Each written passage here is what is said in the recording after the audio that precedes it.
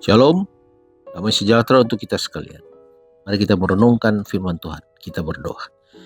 Bapa di surga, terima kasih Tuhan untuk hari ini. Di saat kami akan merenungkan lagi firman-Mu, mohon Kuasa Roh Kudus bersama dengan kami. Dalam nama Yesus Kristus kami berdoa. Amin. Judul renungan malam ini, Pengadilan Pemeriksaan. Ayat renungan diambil dari kitab Wahyu pasal 20 ayat 12. Firman Tuhan berbunyi, dan dibuka juga sebuah kitab lain, yaitu kitab kehidupan. Dan orang-orang mati dihakimi menurut perbuatan mereka, berdasarkan apa yang ada tertulis di dalam kitab-kitab itu.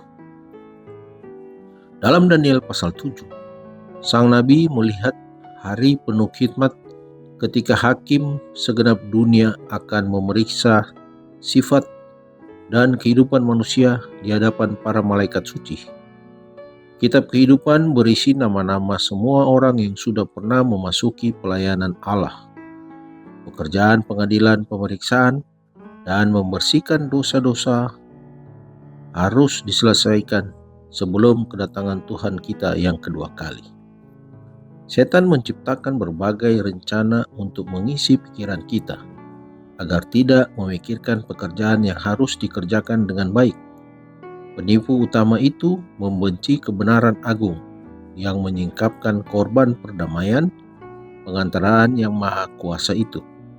Setan tahu bahwa baginya segala sesuatu tergantung pada usahanya untuk memalingkan pikiran manusia dari Yesus dan kebenarannya.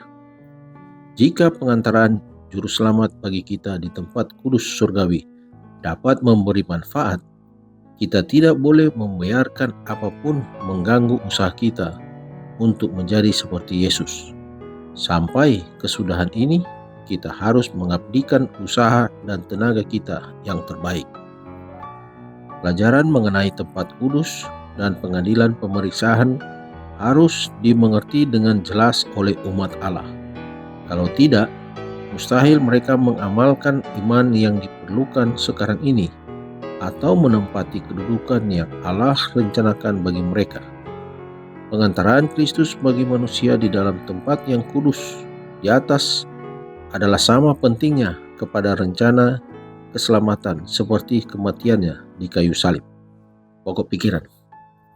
Semua orang yang telah bertobat dari dosa dengan sungguh-sungguh dan oleh iman mengambil darah Kristus sebagai korban pendamaian mereka, mereka telah memperoleh pengampunan di samping nama mereka dimasukkan dalam kitab-kitab di surga.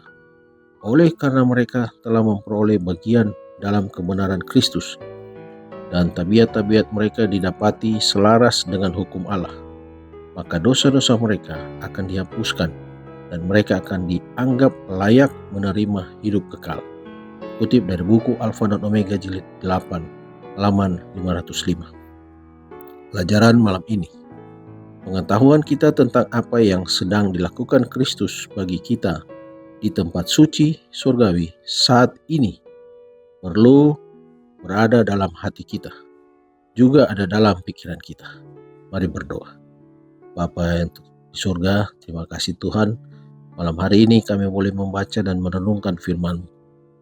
Biarlah iman kami tetap teguh, tetap kami jaga sampai Engkau datang. Kami mohon Kuasa Roh Kudus menuntun kami, agar kami juga memahami saat ini sedang berlangsung pengadilan pemeriksaan bagi kami masing-masing. Biarlah kami tetap setia sampai Tuhan datang. Terima kasih Tuhan, menyertai istirahat malam kami. Dalam nama Yesus Kristus kami berdoa. Amin. Selamat malam, selamat beristirahat. Tuhan Yesus memberkati.